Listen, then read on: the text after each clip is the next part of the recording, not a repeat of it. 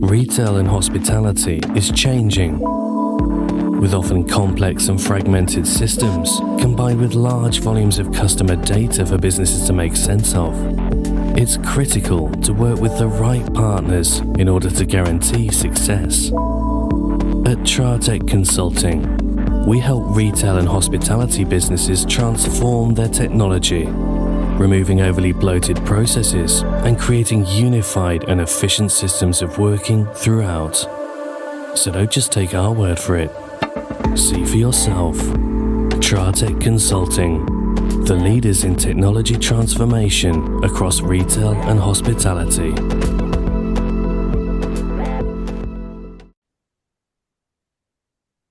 Hello, good evening, and welcome to the All Things Borough podcast, the official podcast for Farnborough Football Club, and sponsored by Tratec Consulting. Tratec takes your business visions and turns them into an innovative reality. Good evening, everybody watching us on YouTube.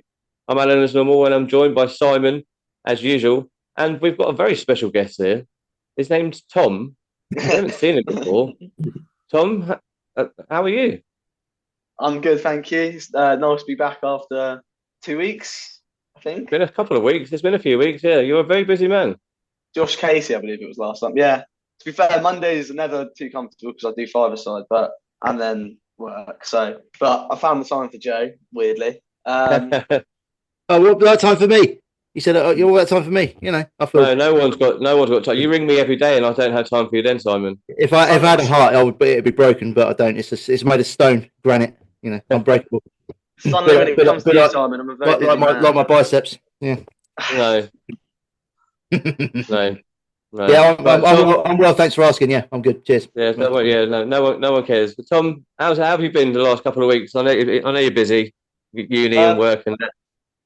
Busy, but good. Enjoying it. I mean, where I can't get to the games, I'm enjoying goal notifications come quite consistently. So that's good substitute. Yeah, I don't think I've been since Dorking. I think that was my last game. So yeah, I was going to say, when are you back? When are you back? Because you must be breaking up soon. About 10 days, maybe 2 weeks-ish. So I hope to probably just miss Torquay away, and then after that, hoping to get back and get my eyes on Farnborough Football Club again. Brilliant stuff. Well, as you said, thanks to everybody that's watching us on YouTube. But as you can see, we've got a great guest on tonight. It is Mr. Joe Haigh. Joe, good evening. Good evening to all you guys. Yeah. How are you doing?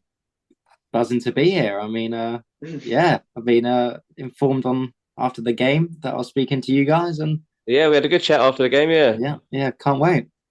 Was he informed, Joe, or were you just told by Mike you're on for Monday? Probably just told by Mike. Yeah. Yeah. Do the guys do you like talk about? Because a few of you have been on the podcast already this season and last season. We've had quite a few of you on. Do you guys talk about it at all, or surely not? Yeah, a little bit. I mean, it comes up on our feeds or whatever. Obviously from you guys that we see that X, Y, and Z has been on the podcast, but I mean they've pretty much just always said it's been so easy and nice. And yeah, hasn't been a problem talking to you guys. So. Yeah, brilliant. Apart from that wanker with the squeaky voice. I don't know where you get this squeaky voice from, Simon. That's who I've heard it. I heard our interview before the Dorking game, and I wasn't happy. I'm gonna have to do something. I might have to get some drastic surgery. But first, not for my voice, for my man boobs. Simon, yeah, you want to sort this out first, Simon? No, not wrong with that. That's the best part, mate. That is. Especially my beautiful smile and gleaming teeth, you know. Not well, I have to flip over the turkey. Anyway, Joe, I noticed you've got a little cut. Did this happen in the game? Yeah. It's not actually like teenage spots or anything. It's I got right at the last minute. I think it was. I didn't even feel it, but it must have been someone's long fingernail or something. Just caught me on my nose, and I mean, it's actually looking a lot better than it was on Saturday. So I'm not sure about that, Joe. To be fair, I'm not sure. Okay. Yeah, I'm You might, hoping. you might need to do the rest of this with a side profile. Yeah. I was thinking about doing that. I was Just- putting a mask or something. Just a note for our younger viewers. That's what happens when you pick your nose, ladies and gents. So just don't do it, lads. All right. I mean, that must have come as one of the probably multiple assaults from Chippenham. Was it after some of those challenges? I mean, it must have been quite a physically challenging game for you. Yeah, I mean, the last couple, I think, really have all just been, I think, with the change in weather and just all of those things coming about, it just feels like half the time I'm playing rugby. I'm getting assaulted. Are you aware that you do get sort of targeted because of how you play and how you like to carry the ball? The ball just seems to stick to your feet. Do you know what I mean? So, are you aware that you are sort of singled out and maybe targeted a little bit? I'm just the way that I am as a player. Of course, I'm always going to get fouled, and I guess I've always been like accustomed to getting kicked and stamped on and all that. But obviously, the transition to men's first team football, like it's a little bit more rough. So the challenges are a little bit harder, and yeah, they leave a little bit more on you. But I mean, it's just part of the game. I mean, you look at like Hazard, Messi, and all those top players.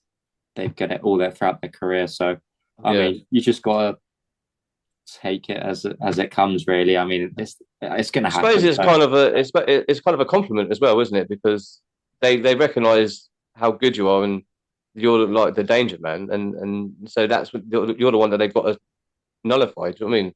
Yeah, I guess it is a compliment, but at the same time, I wish they didn't do it. yeah, I suppose when they're kicking you, it doesn't feel like a compliment. Yeah, as long as you just take it, because you know they're kicking you for a reason. They're kicking you because you've got the upper hand against them. Yeah, and just to not react and just it's part of the game. That's what I've learned. Is that necessarily the order then, Joe? Is it Hazard then Messi then Joe Haigh, or is it more sort of Hazard then Haigh on top? I wish. Yeah, and on that subject, are they sort of two players that you model your game on? Is they as a younger man growing up? Is that they're the sort of players you sort of use as a role model, the type of people you want to be sort of rekindling? Well, yeah, I mean, Messi and Ronaldo are obviously two favourites. Obviously, Messi for the footballing reason, and Ronaldo for the discipline and the sort of mentality side of it. And then obviously outside of those two, Coutinho and Hazard were always, and Steven Gerrard were my sort of players that I always looked up to, and who I tried to follow in the footsteps when I was younger. Yeah, I take it more Coutinho at Liverpool rather than at Villa. I take it. Absolutely, yeah. You know what? I can see so much Hazard in your game now. You've said that. Thinking about it, very sort of. Is that something do you take sort of parts of players' games like that and try and filter it into your own, or do you think it happens a little more naturally? I guess sort of as you defo would as well. As a youngster, you obviously always watch YouTube videos of like compilations of players and. I'm not sure YouTube was around when me and Simon were young, was it? The tube in London, that was about as near as it got, I think. Those two had teletext, but we that's true actually. Yeah, that's true. We used to catch up with all the scores on teletext. Yeah, he used to wait for the screen to flick over to page 3, and then not that page 3, page 3 of the teletext. Yeah. Well, go on, Joe. Carry on. So Hazard and was defo one that I used to watch videos of, and I guess trying to implement them into my game because low center of gravity and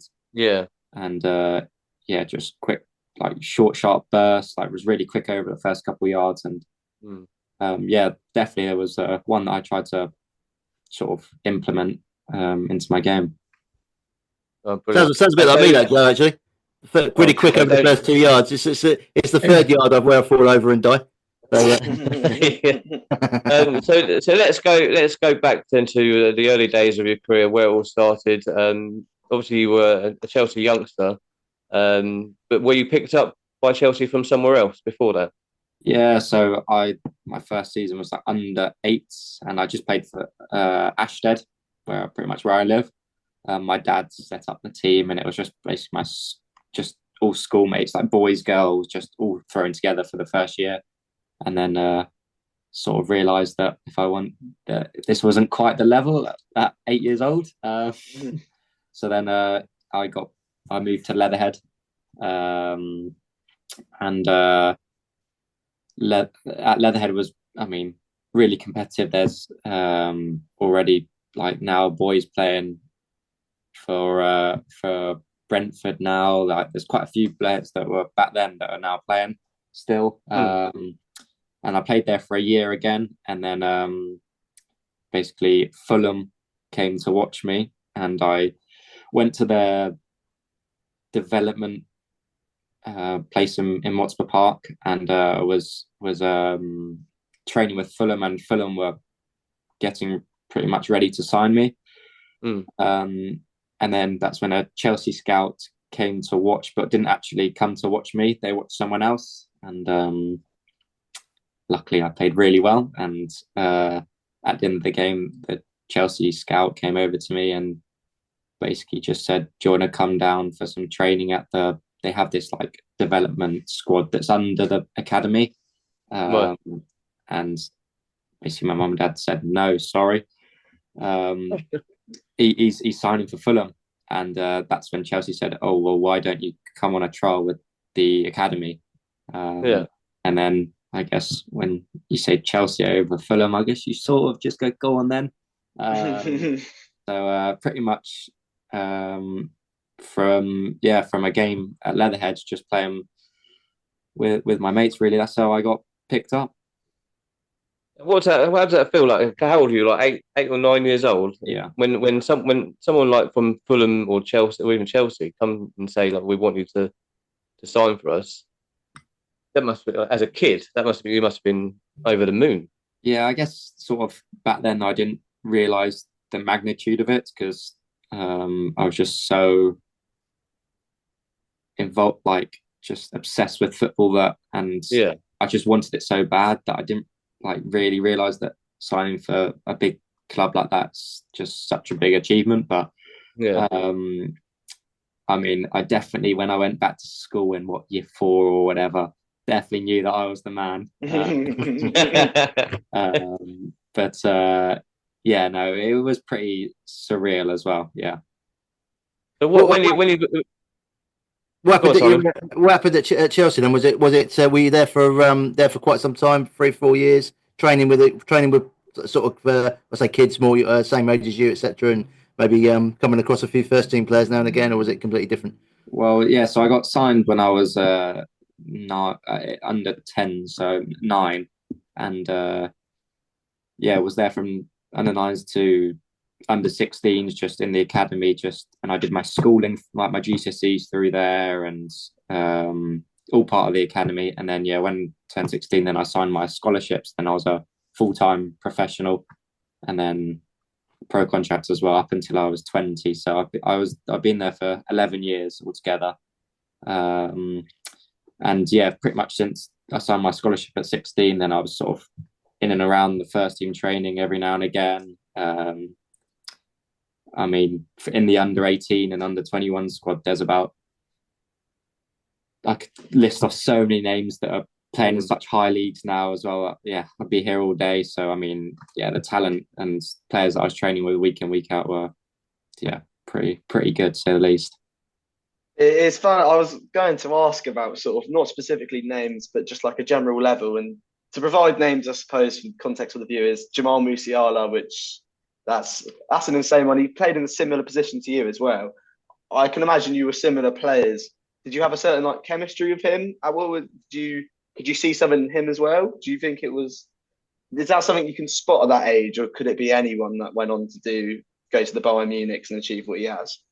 Yeah, no, good question. I mean, there's a couple people like Jamal who were amazing straight from the get-go, and then other people who were in the academy were not the best in the you would never have thought so, and then puberty hit, and then all of a sudden things changed. But yeah, Jamal, I mean, there was always from the get-go when I joined, it was Jamal Musiala, and then this guy called Ben Elliott, who plays for Reading now. And these two were like the best, put it in that way. Like there doesn't come much better than those two. but then up until like under 14, and then Ben had some injury issues, and then Jamal had like growing problems, and then for like 2 year or 2 years, I mean, they sort of faded a little bit, and obviously still great players, but just due to like growing and all that, and kids just start. So they obviously went a little bit behind, but I mean, Jamal, he was one of my closest mates at Chelsea. I mean, yeah, we would normally be in the 10s together, or he would be as a striker and I'd be behind him. So yeah, in his pretty much one of his last games in the under 16 cup final against Arsenal, we scored a pretty good goal together as well. So yeah, I mean, you could always see Jamal had unbelievable talent, but obviously could never predict that he was going to be doing what he's doing now. One of the best players in the world, you could say, I suppose. Yeah. It's funny you mentioned Ben Elliott. This is going to sound a bit odd, but I signed him for Farnborough on a Football Manager save today. That's a good signing, by the way. Good signing. Just into League Two, and you've actually helped me get there. You and Ollie Vanderveer have done a great job, I've got to say. But not to subtract from the point, because Cobham's such a well-regarded academy. I mean, I think you could safely say one of the best in the world. I know a lot of people would say that up there with like Hale and Arsenal, La Masia, you look at Ajax. Is there something, can you tell that? Is there very high standards and sort of the environment around the place? Is that what breeds the sort of success in the youth academy for Chelsea? Because obviously the list of the graduates is like endless. Yeah, I mean, I couldn't say for now, obviously, because it's changed so much pretty much since I've left, the new ownership and all that sort of. Oh, yeah. But when I was there, and I mean, the years above me, the previous years, I mean, you can tell the amount of talent, like players that have come out of it. And I'll be honest, like they take training so seriously. Every single day is like a World Cup final. I mean, in our training sessions, there would be fights, there'd be all sorts every single day, just because how much people wanted to win. And there's, at the end of the day, there's so much at stake when you're playing for Chelsea. Yeah. I mean, a couple bad sessions, and like it could go when you're like 13. There's so much pressure on you, so you just always are giving absolutely 100%. And they have such high standards. Like we remember, on some years we'd like on like a 4-year span, for example, we'd probably lose like 2 games. Like it was just we just never lost, and normally the results would be 8-0 or something to us as well. So like the standards were extremely high, and how did you deal with that kind of pressure though? I mean, because it's quite a young age, isn't it, to be under that kind of pressure? And fair enough, you're in that sort of professional environment of a professional club, but how does someone that young deal with that pressure? Yeah. And also, Joe, before you answer that question, I was actually going to ask the same thing, but and going on from that, how does the pressure playing at that level and at that age, are there any similarities between that and playing for Farnborough in men's football now? Well, I guess when you're sort of not 9 years old, I get taught very quickly to sort of deal with it. I mean, you're getting thrown into kids of all different backgrounds, and you straight away just like with the best straight away. So you just got to prove yourself straight away. And every year it's either you get retained or released, and that's what sort of you got to be performing for. And it wasn't tough. I mean, there was many sort of days after games where I'd be upset, I'd be crying, but I guess it made me so much stronger. But doing that so young, it was just the norm for me. Any other trialist or kid that gets thrown in straight away as time goes on, you can see them struggle. But because there was such a core group of us that stayed at Chelsea for such a long time, it became sort of in our nature. It was just part of us to accept the pressure, and that's the business that I'm in. Yeah. How does it relate to playing for Farnborough now in the first team role that you're in? Is it sort of similarities, or is there pressure put on you, or is it more relaxed now? You feel like you're sort of in your comfort zone a bit more now at Farnborough playing football? No, because at the end of the day, when you're in academy football, there's so much pressure from the top academy, the people in charge of the academy, the coaches, but it's just family and friends pretty much. And on the sideline, there's not supporters shouting or like there's not people getting like yeah, it's just family. And so there's nothing to do with that. But obviously, when you turn into men's football and Farnborough, there's people that really expect something from you and results. And I think the results thing is the main important, because in academy football, if you play well and you play nice football, at the end of the day, that's what they want, is the development of youngsters. But obviously,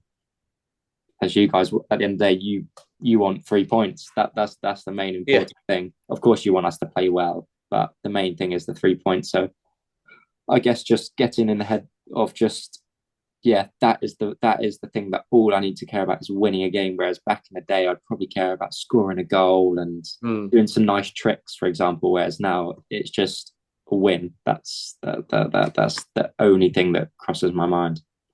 Do you think the sort of difference in that mentality between when you're playing for Chelsea as a youth player, trying to sort of prove yourself, and whereas for when you're playing for Farnborough, just the 3 points, do you think having a set of fans around you and being in the stadium and sort of seeing the atmosphere of the community, does that sort of change your focus to let's win the game, let's get 3 points, rather than sort of, obviously you want to do it well individually no matter what, but does that help shift the focus to more of a team focus, do you think? Yeah, absolutely. I mean, don't get me wrong, when at Chelsea, you'd want to win no matter what as well. But I think, you're absolutely right. Seeing, you guys come into pretty much every single game. I mean, home and away, like, the same fans. You don't want to let them down. I mean, at the end of the game, when you go into the bar and, you have like all the players buzzing after a win, or all you guys buzzing after a win. There's not really a feeling that's better than that, I'll be honest. So and like now when the club is such on an upward curve at the moment, I think I mean, us guys as players, all we want to do really is just keep the winning streak going. I mean, there's nothing more than we want, just to win a game. I mean, stats are nice, of course, but 3 points are nicer. Yeah, it's good for the fans as well, because obviously, like you said at the top of the show, that obviously me and Simon were up in the Platinum Lounge after the game, and we were talking to you, we were talking to a couple of the other players as well. Is that something that you guys enjoy doing, seeing the fans, talking to the fans, and like enjoying a win after the game like that with the fans?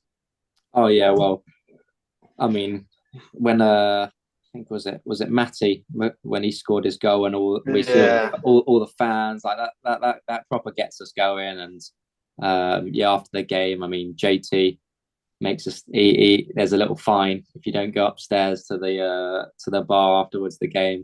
But I mean, there's not much better, is it, when fans you can't wipe their smile off their face, and they're complimenting you and boosting all your egos. So there's a naughty bit of skill that was from Matt as well, wasn't it? When he went through, obviously from Ricky's through ball, he sort of ran onto it, and did he just sort of rolled his foot over the ball around the keeper and scored? Didn't he? Is that something you've been trying teaching him in training, Joe? Yeah, taking the credit for that. I'll tell you what, it was a good finish, wasn't it? I mean, he's unbelievably sharp. That 45 minutes, didn't he? I think since he's come here, really, I mean, he hasn't had much opportunity, but I mean, since he's come, I mean, he looks like a very good player. And, and that goal sort of topped it off at the moment. But I know he's had some tough time with injury, so. That's with you, Joe, actually, because I was going to say, you at the start of this season, you're out injured, weren't you? Your season didn't really get going until sort of a month or 6 weeks in, was it? I think you got nicknamed like 2 weeks, didn't you? For because we were always going to come back in 2 weeks. How was that? How was that for you? A bit hard time, and how did you deal with it? Yeah, I've had some tough injuries, sort of in the last couple of years, but it was just one of those where, coming to the new season, I was buzzing, I was ready to go, and pretty much in one of the first pre-season games, I got a challenge on the top of my foot, and then I think it was one of those where it contact impact one, but then as well my joint as well had just been overused over a certain amount of time, and it just needed breaks. And I had to end up getting a steroid injection in my foot and sort of let it settle down. But I mean, good as new now. So evidently. In flying form, I think I saw online you're 3-3 now, aren't you? Goals wise. Yeah, a few assists as well. Yeah, it took because with the foot, I mean, and anyone being injured, it takes a bit of time sort of getting back into it. Because I mean, I didn't even have a pre-season as well, so whenever someone's been injured, you sort of do need a couple games to sort of get back into the swing of things. But I mean, last couple games hasn't been too bad. I mean, no. You've even got one with your head on Saturday. That's a collector's item, isn't it? That's how you know it's going well when I score a header. So. I know. So since I think me and Simon turned to each other. It was like one of the smallest players on the pitch, and he jumps up and wins a header like that. It's absolutely brilliant. Yeah, you must have been over the moon with that one. Yeah, I mean, can't really tell you. Oh, I could definitely tell you. Sorry, how many times I scored a header. That was definitely my best one. There were some poorly sighted individuals behind me trying to tell me it came off his shoulder, but we'll leave him off of that one. I think I said no. Back of his head, he sort of arrowed it top corner. Good header. I think I told you I may have not meant it to go in that top corner, but I just meant it to go anywhere towards the goal. But I mean, it definitely was a header. One of those with your eyes shut, was it like that? Going in? Oh yeah, 100%. It must be. It must be a really nice sort of week and sort of a really nice way to sort of rebuild momentum, especially after having the great momentum last season after that Worthing away game, and then it felt like from then you could rely on Joe Haigh goal popping up on your phone. It must be nice to have a week like this: 2 goals, 2 different games, 6 points both at home. That must be nice for sort of helping you refine that just consistent sort of form again. Yeah, no, absolutely. I think, when I sort of had to wait a little while when I first joined to sort of get a sufficient amount of minutes in a game, and that Worthing game, at the end of the day, I scored 2, but it was just like you just need a bit of that luck. Like a ball fell to me pretty much twice, and that's just how things in life and how things in football just happen. It was just a bit of luck, and then ever since from then, you're scoring every week. I just feel so comfortable playing on the pitch, playing with my teammates, and and obviously same again with this season. Took a little time to get going, but I mean now it sort of feels like everything's sort of falling into place, and hopefully it continues. Yeah. Do you before we go? Sorry. Do you refute before we go on to a little bit more in the past? Has there been discussions around the club? Is Cooley now on permanent penalty taker? Tell me about it for now. I wasn't too pleased, but at the end of the day, like if they're older, like they have more of a right to take it than me. But obviously, as a sort of midfield attacker that wants to score goals, I want to be on them absolutely. But I think Aaron Cole might be on them, but we'll see. We definitely know he's not taking the next one anyway. We know that much. So I think Ricky's off down the bottom of the list now, isn't he, for a bit? So I reckon you might get another one before he does. Hopefully, fingers crossed. I mean, if Ricky does, I can't really say to Ricky, get out of the way, can I? So no, that's true actually. Yeah. No, Ricky though, he'll probably stand aside, to be fair, because he'll know he missed one. But actually, it wasn't a bad penalty, to be fair. It's a good save from their keeper. Give him that. But he was off his line though. I've seen a few.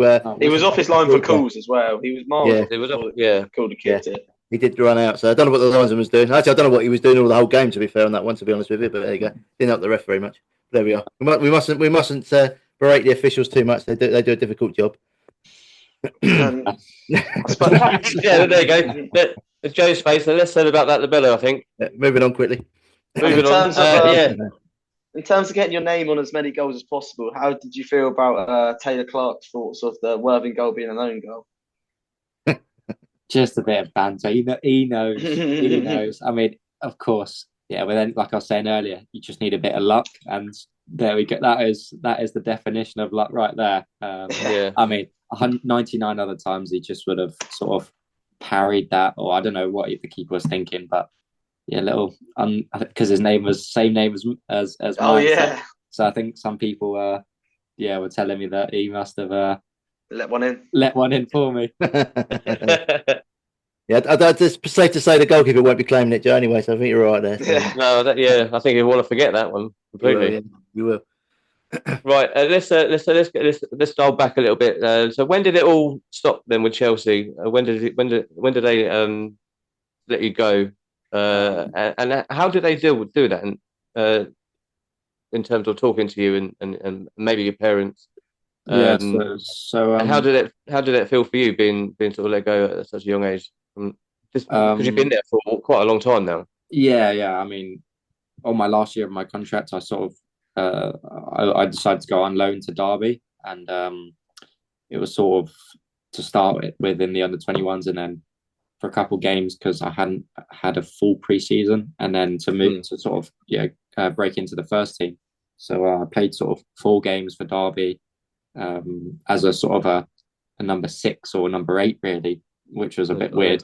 But I scored 2 and 4, and then I was like on the bench for the first time with the first team against I think it was Mansfield, and then in the warm up of the game, I just started to feel something, and then pretty much from then I had a pretty bad injury in my groin. I had to have groin surgery, and I was out for a little while, and then as obviously it's my last year of my contract with Chelsea, I mean, I didn't really get sufficient amount of football under my belt, so I sort of knew it was coming anyway because there was quite a few people that they were sort of ushering out. I mean, I was expecting it. I mean, it was not really a surprise for me, but obviously wasn't the nicest as well.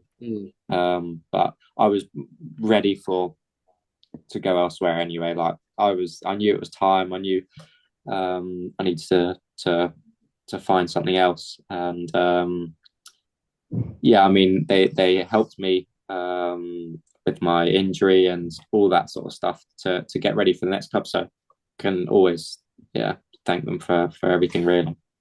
Did they help you find a new club as well, or did they did they sort of point you in the right direction? Not really, because I mean, I guess when you're they're paying you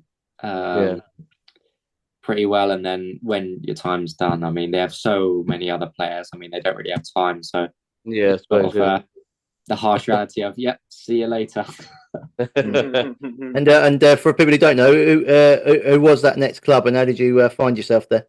So after sort of injury, I'd been out for a long while. Then I ended up at I obviously hadn't played for a little while, so there wasn't many clubs that were sort of looking at me because it was sort of September time, and when you hadn't played in a little while, I mean, I could have gone to an under-23 team or B team, but I needed to play first team football.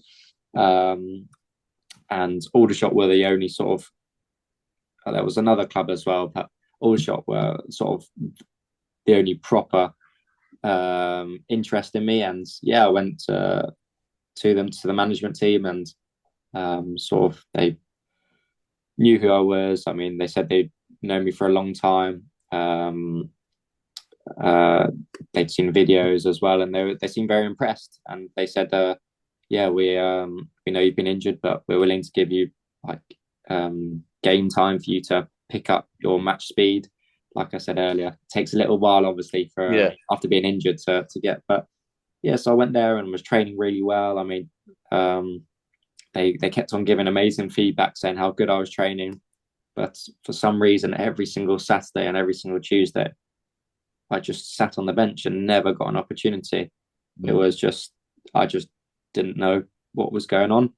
And then every now and again, I would get a few minutes here and there, but then be on the bench again for 4 or 5 games. And I guess when you're injured for a while and you got told that, you'd get minutes if you train well. And I was doing all of that.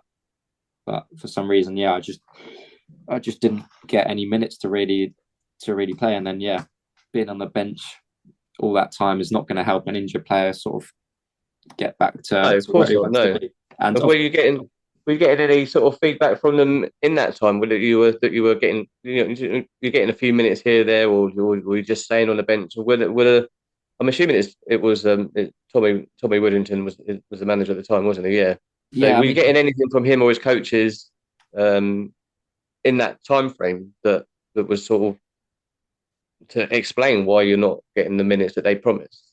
he kept on saying that I was doing really well in training. I mean, he said the ability that I showed in training was really good.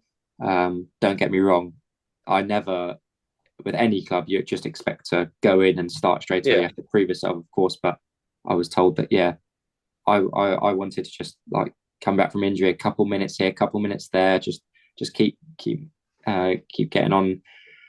But yeah, I just never got an opportunity. And I think I was there for 4 months or so, and I started 2 games and we won both of them. Mm. And then apart from that, I would get a sub opportunity for a couple minutes here and there. And I mean, the transparency between me and the management, I mean, comparing that now to what Spencer's like and all the other coaches, I mean, it's night and day. I mean, they speak to you like men, they treat you like men, like how it's supposed to be done. Whereas Aldershot, it was very sort of childish, put it like. And did they sort of almost sort of still see you as that sort of academy player and think you're not quite adult enough, and that's probably how they were talking to you? I think so, yeah. And that obviously must have got you back up a bit, because you're there to play adult football, men's football.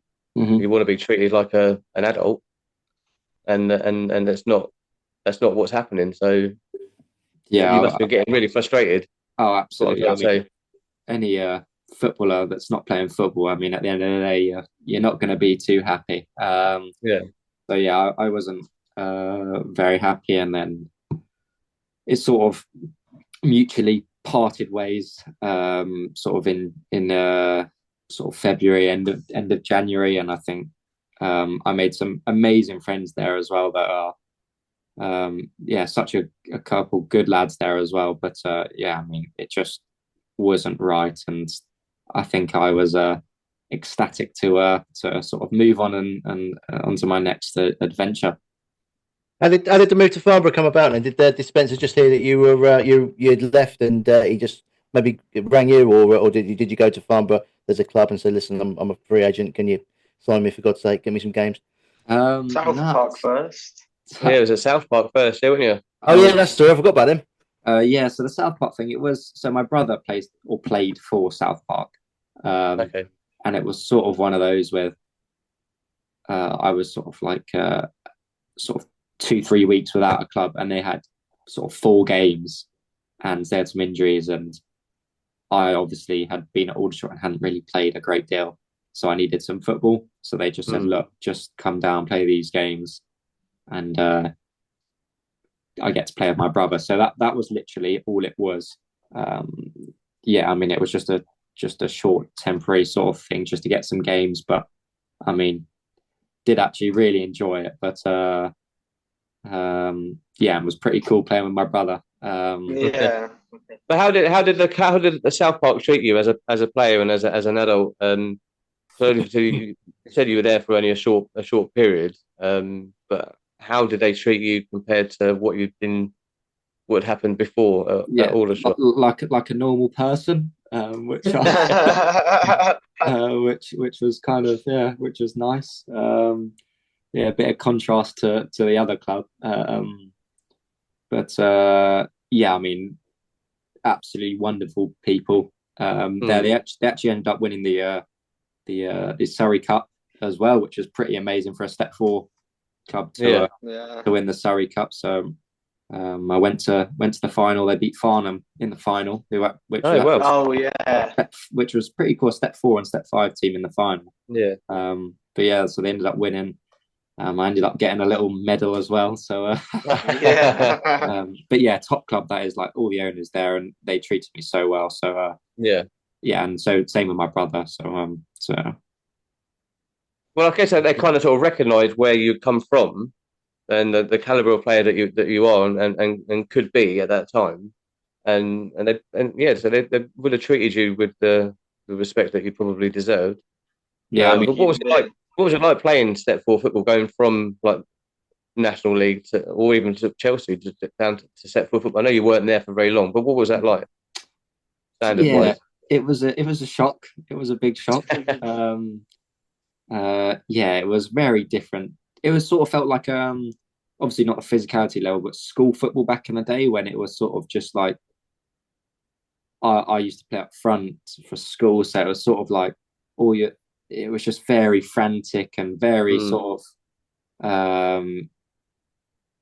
just a lot of don't know what's going on, but no, it was a little bit unorganised. Yeah, I would say so. But I mean, it was for me in the long run, definitely probably helped me. But it was a bit of a shock, put it that way.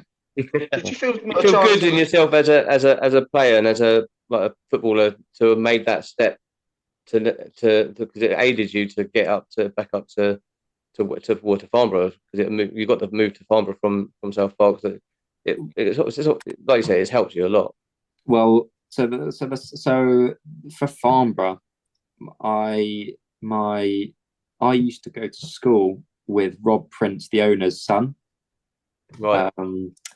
His older one, so Louis Prince, who's at Farnborough, and so that's the younger one. But he's got an older son who was in my year, and sort of obviously by being on the sidelines when you're a kid, my dad sort of knew Rob and sort of sent him a text because obviously we were looking for clubs, and then that's when Rob gave us Spencer's number, and my dad had a chat with Spencer really at that time, and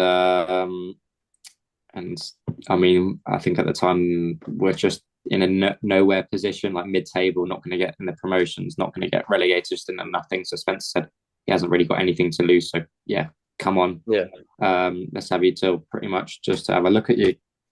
That's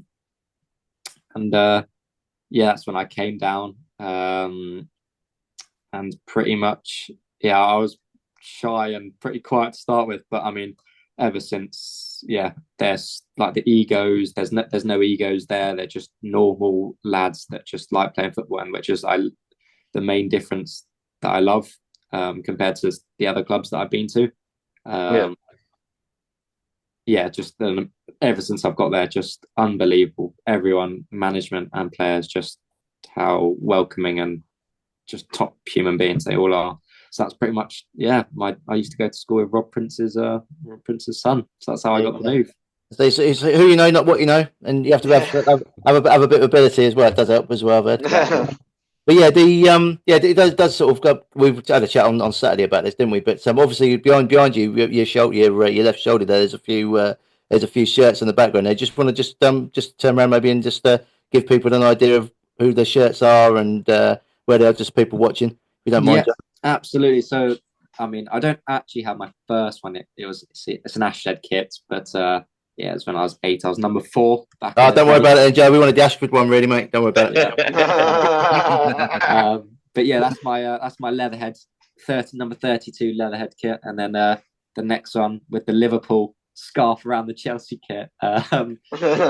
It's when I signed for Chelsea, number 10, because I signed when I was under 10. That's how it works. So and then the next two are my England debut. I was number 24 for my England debut, and then against what age group was the England ones? So I was with England under 15. That was against Holland. Under 16, which is the next one along, I was number 11. That was against Turkey, and then I was also in an under 19 squad as well. But we didn't play any games. Right.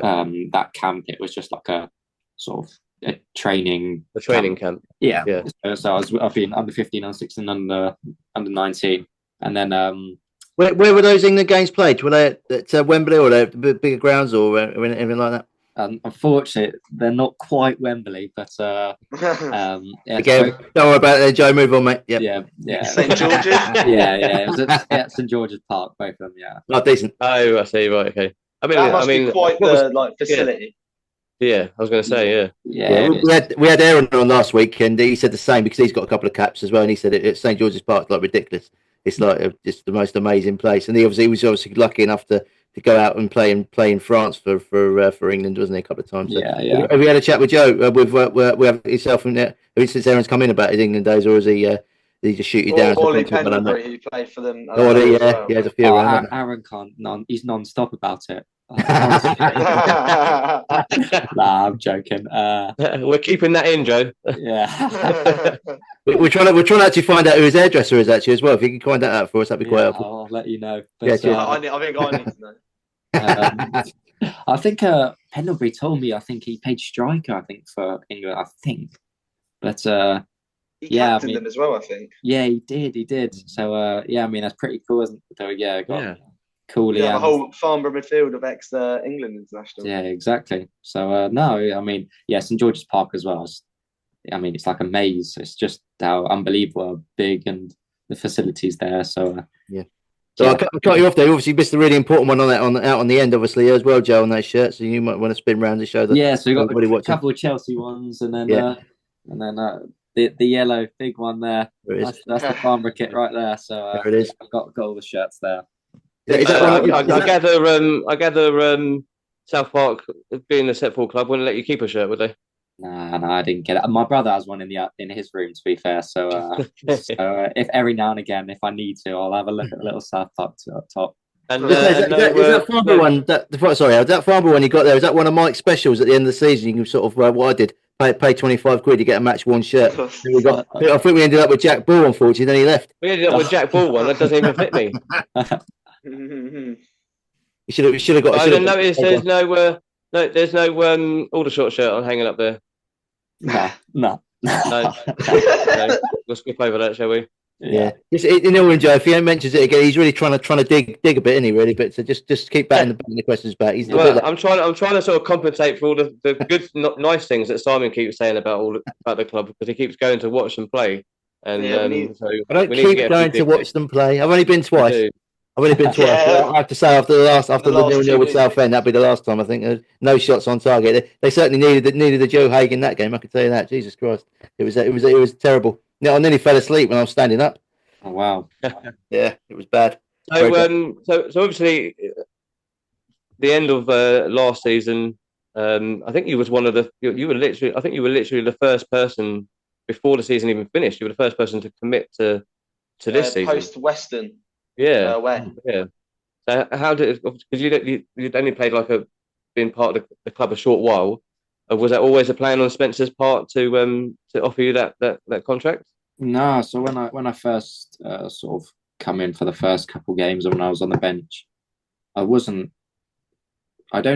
can't actually remember, but I wasn't contracted. I don't think. I think it was sort of just we want to sort of just see if you're actually any good.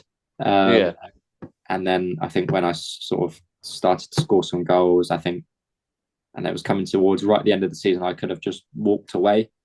And Spence obviously didn't want that. I got offered it pretty quickly, to sort of stay for next season. And I sort of ummed and ahed about it. Like wanting to potentially go to somewhere higher, but then I looked at it at the same time. I've loved every minute of it so far. There's not one person that I don't like. Like it's just, I'm really enjoying my football. I'm playing week in, week out, and in men's football, which I haven't done, and I haven't even had a proper season. I only had a month and a half pretty much of playing anyway. So if I was going to move to somewhere higher, it wouldn't have been by much anyway. So I think it was sort of a no-brainer to sort of to stay at Farnborough, and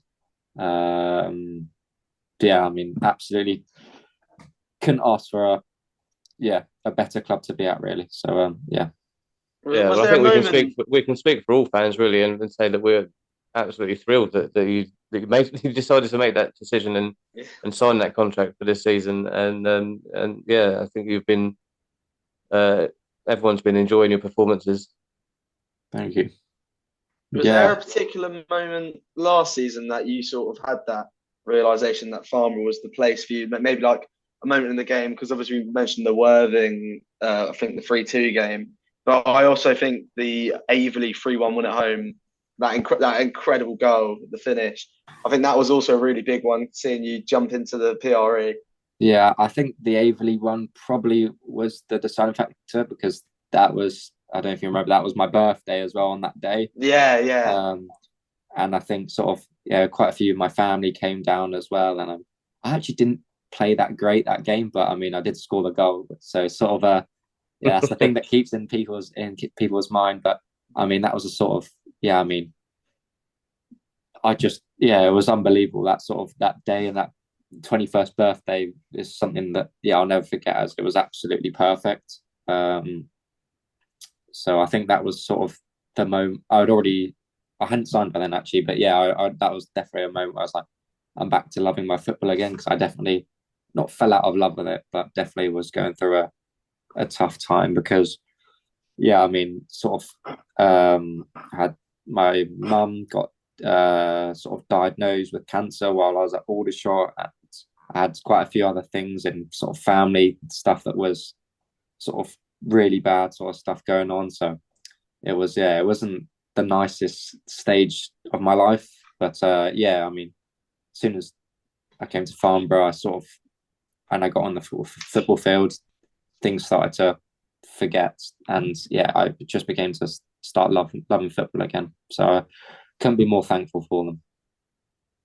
And so before we sort of carry on, how is things at home with your mum? Is everything okay? Or she's a tough woman. So I mean, it happened sort of while I was at Aldershot, and sort of I told Aldershot that it was going on, but didn't really get a great deal then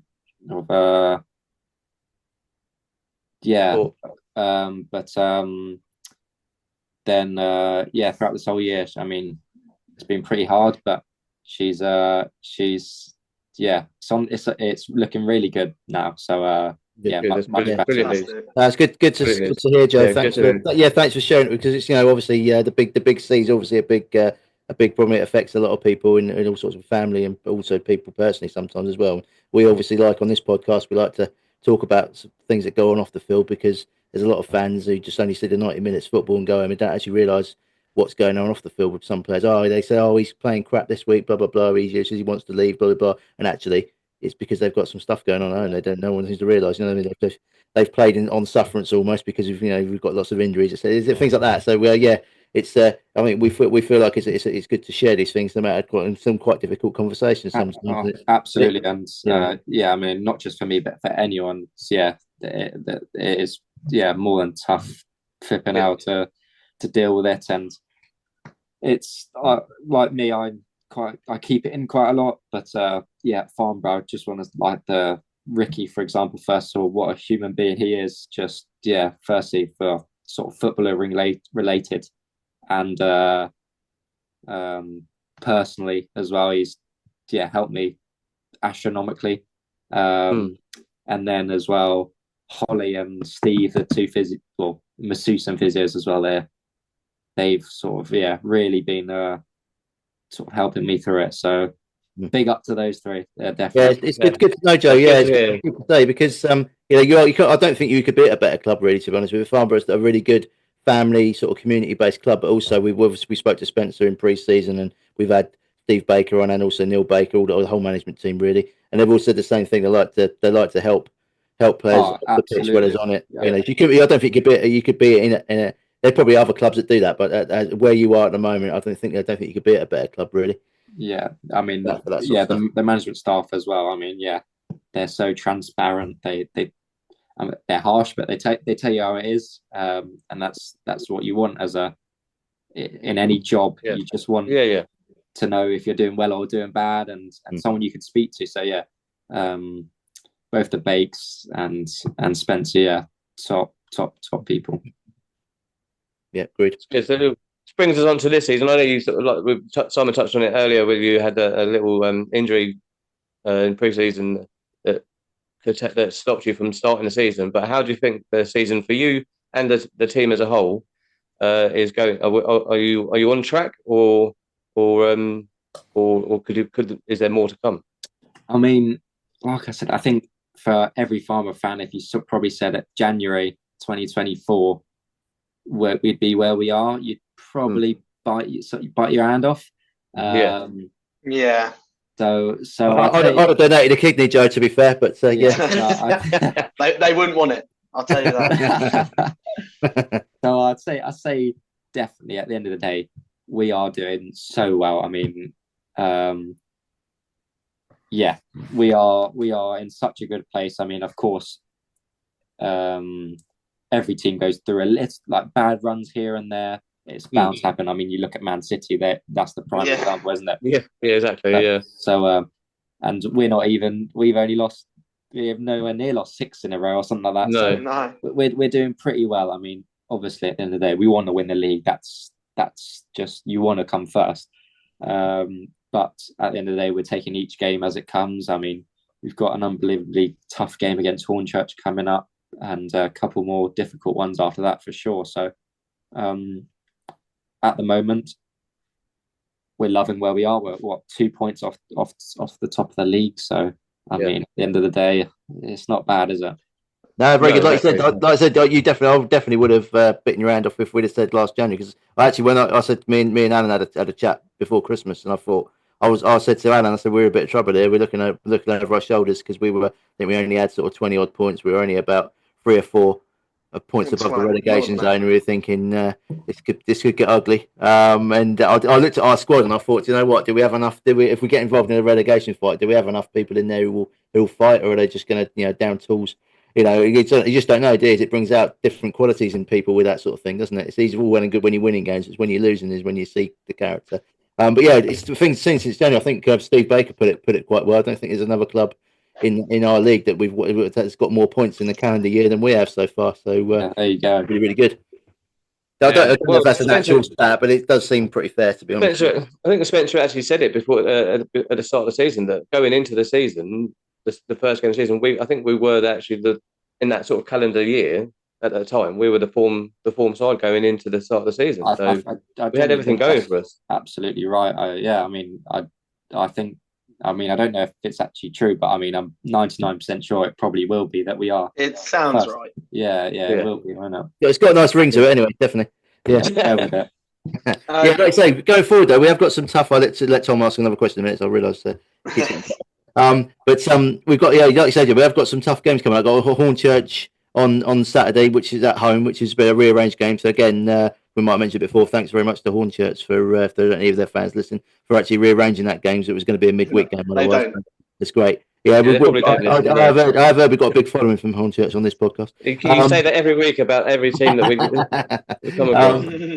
We've got Hornchurch at home, and we've got a couple of really tough away games down at Torquay to Plainmoor, and also we then play Maidstone away, and then obviously the Boxing Day game against Hampton and Richmond, which are not going to be easy. So we'll have our we'll be full of turkey then by then as well. So I don't know if there's going to be too much running around. But have you players won't be full of turkey, will you?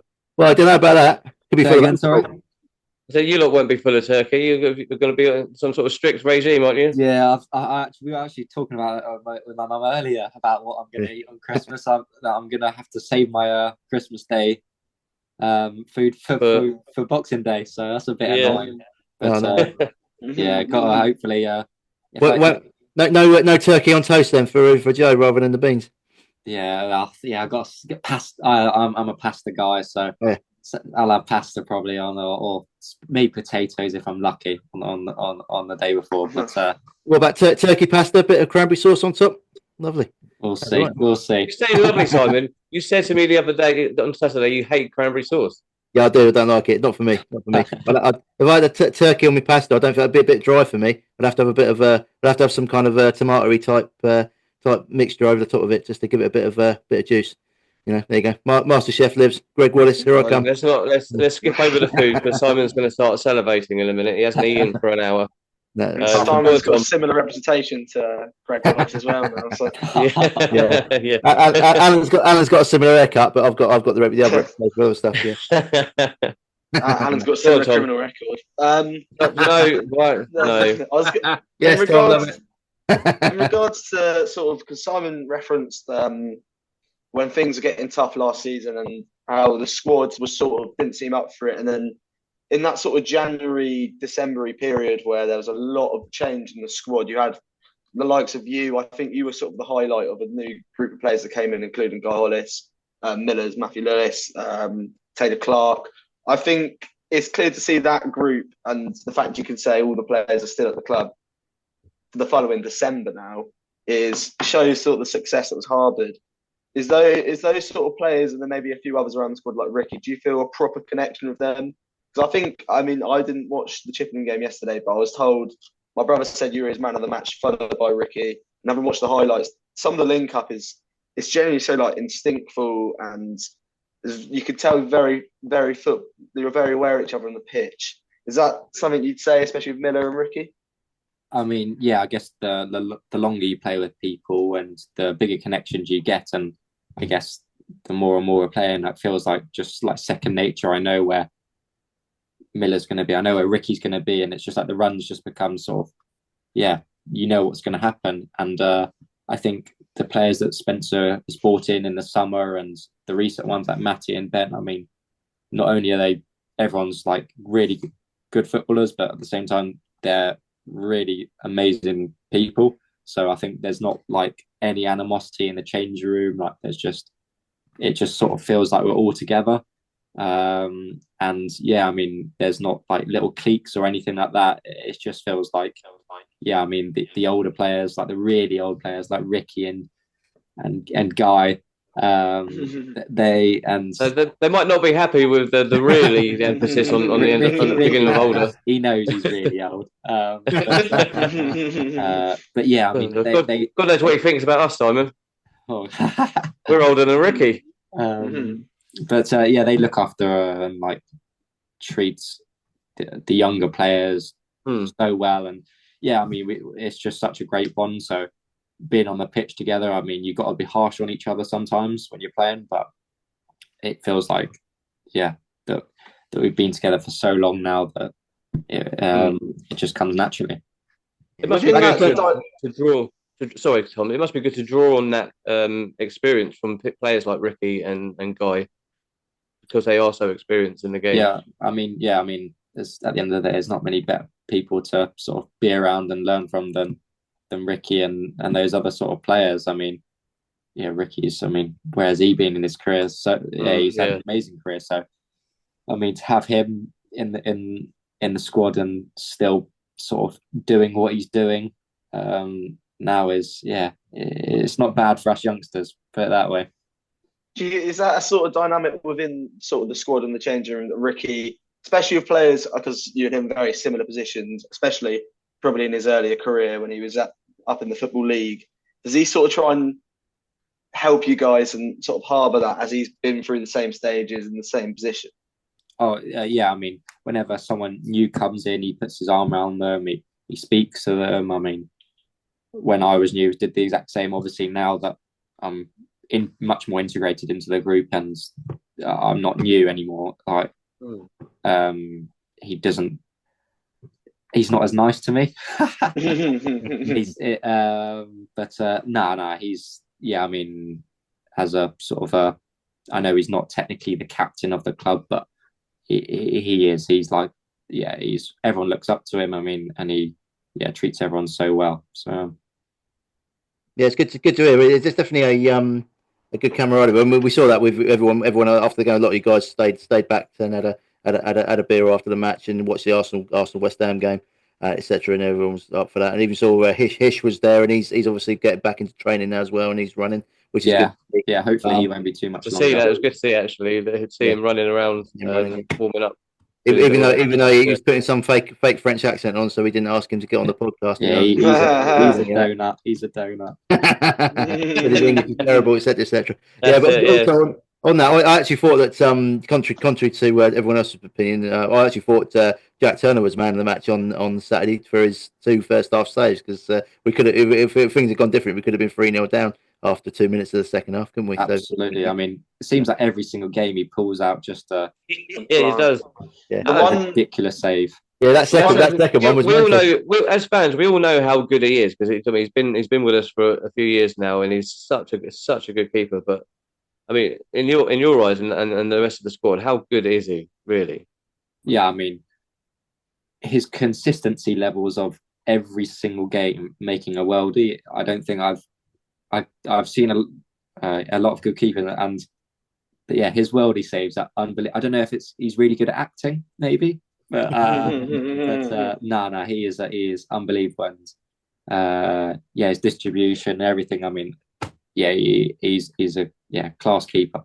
It's also the nicest thing about Jack, though, as well, is he's very unbecoming as well when he comes up. He's very, very down to earth, plays it all down a lot. You never hear him saying, coming in, saying I'm the best keeper in the world, etc. All that rubbish. He just comes in, just sort of gets on with it, says hello to everybody, sits down, has a beer, and then for someone that doesn't actually, we had him on the podcast as well last season. For someone that doesn't actually like football, particularly, he's actually really good at it. Yeah, but that's his job, isn't it? He's got to save the goals. Like, what's he doing? Yeah, he said he prefers rugby, so maybe that's how he got into goalkeeping in the first place. Yeah. He realised he was shit at rugby and thought, I can go and catch the ball. I'll do that instead. Yeah. But, right. So what we're gonna do now? So Joe, it's your turn. You've had just over an hour to think as well whilst you've been answering our questions. We've got one more question to ask you, which has come from a previous guest. I'm hoping that one of these two remembers what it is. But Joe, we're also tasking you, Joe, with a question to put a question to our next guest. So we'll ask you the question first, which is, who's going to ask it? Who remembers? Oh, that's the right stitch up. I can't remember. I told you at the start, didn't I? I sort of remembered it. I remember. It's the top footballing moment. Yeah, that was it. Yeah, top footballing moment. Yeah. Oh, my top. I think of the last 7 days. Of the last, I think two to choose from. I think the main one that I tell everyone is, of course, making my England debut. I think there's not really much that can beat that at the end of the day. Yeah. I mean, with my whole family there. I mean, there's not much that can really beat that. I mean, we played against Holland. I mean, I mean, it's pretty self-explanatory. But going in, and then that's from, let's say, academy football, but now into sort of men's football. I think probably I would say the Worthing game for me, where I scored my first goals. I think just the big relief, really, of just finally sort of being somewhere I'm appreciated and sort of getting my football back on track where it should be. I think it was, felt sort of, after being out injured for a while, it felt sort of long overdue. So I think probably that Worthing game, my first one, my first goals, I think that's probably my favourite. Where would a Farnborough FC title possibly this season, touch words, fingers crossed, rank amongst those? Probably first. Yeah. If we ended up winning the league, I mean, that is probably gonna take it. I mean, can't get much better. I mean, the England and Farnborough, they'd be battling it out for sure. Where does appearing on the Farnborough official podcast come then? It must be sort of close to the third. Yeah, I mean, it's right up there, to be fair. That's right up there. There was something I was actually going to ask you, because I've always wondered this about players who weren't playing for England when they're sort of almost sort of schoolboys, youth level. Is it when you play at that level? Is it the fact that it's the occasion, playing for your country, national anthem, that sort of stuff, that goes through your head and you're just thinking about the game? But then afterwards, you're thinking, I've made it. This is my time. I'm going to earn the big bucks. Does that ever go through your head or anyone else's head, or? Because I often wonder, but the reason I ask, because you often get a lot of players who play at that level, but then they disappear, or it doesn't happen. Like probably Ravel Morrison's probably a massively good example of that. He kind of like the fame and the sort of pressure got to him, and he kind of like disappeared. You know, what went through your head and what goes through others' heads? Good question, because at the end of the day, you're playing for England because you're part of you're like literally the best in the whole country. But you're part of a bubble. You don't actually really know what's going on.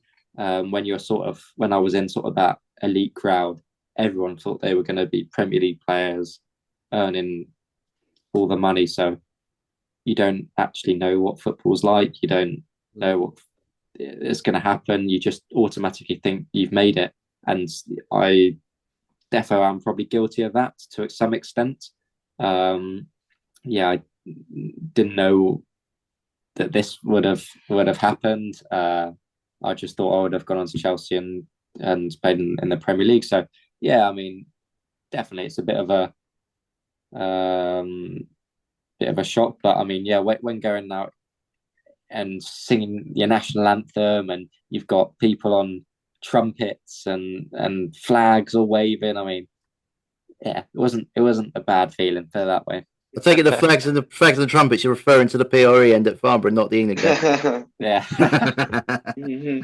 Yeah, I was just interested to find out because, like you say, it's quite a tough. But youth football. Me and Alan have spoke quite a lot about it. But just between ourselves and also on the podcast, we've mentioned it a few times. It's very difficult for a young man to be playing in a top academy for a top club. In my opinion, the best club. But you know, and then you kind of get something happens, you get injured, and then you get released, and suddenly you're on the scrap heap almost. You know what I mean? And it's really great. I find a lot of players end up falling out of football because they can't either get back into football, or they find it really hard to transition from youth to men's football. It's a lot of them can do it. So kudos to you for actually doing it, because you've gone through quite a lot already in your young sort of short career so far. And then you're actually playing for a proper club in Farnborough now, and you're playing at sort of step 2 non-league level, which is, you know, it's the as I keep saying on the BBC, it's really annoying me, sort of a Division 6. They keep saying, yeah, I've seen that. Yeah. You know, drives me mad. You know, it's it's still step 6 of English football, as it were, and you know, it's hard, isn't it? I find. Yeah, I mean, I personally, I think, I know a couple of people that have sort of dropped away and now either don't play football or are in sort of like step 4 or something like that.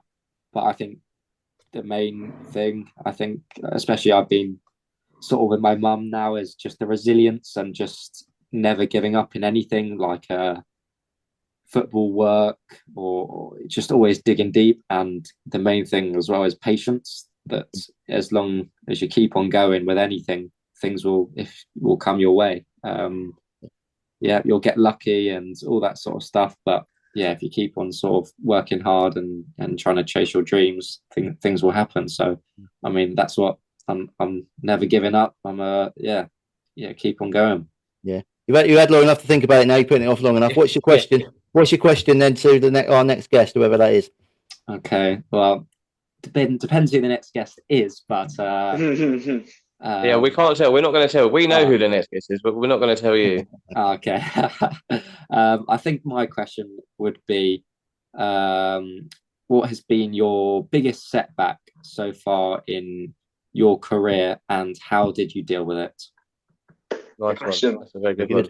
That might get done quite well with our next guest, actually, to be fair. That'd be an interesting one for them to answer. Or we might not ask them. We might leave it to the new year, but we'll see. We'll see. But yeah. Right. I think we'll leave it there, Joe. Don't go away. We'll have a little chat when we go off air. But thanks a lot for agreeing to do this. Thanks for coming on, and it's been an absolute pleasure talking to you tonight. Yeah, no worries. Really enjoyed it there. Thank you guys so much. Yeah, thanks. Give your mum, we don't know who we are, but give your mum our best wishes, and hope for a speedy recovery. Absolutely, 100. Obviously, and a very Merry Christmas. Thank you, and to you guys. Yeah, Tom, you want to say something quick before we go? Thank you for everyone for listening. Thank you, Jeff, for coming on. Keep banging the goals in. Will do. Right, so that leaves me to say this episode was sponsored by Tratec Consulting, taking your business visions and turning them into innovative reality. For more information, visit tratecconsulting.co.uk. Again, thanks, Joe, for coming on. It's been an absolute pleasure. Tom, Simon, say good night. Good night, guys. Thanks for watching. Yeah, thanks for watching. Don't forget to like and subscribe on our YouTube channel. And we will be back next week with, hopefully next week with another episode. See you all soon.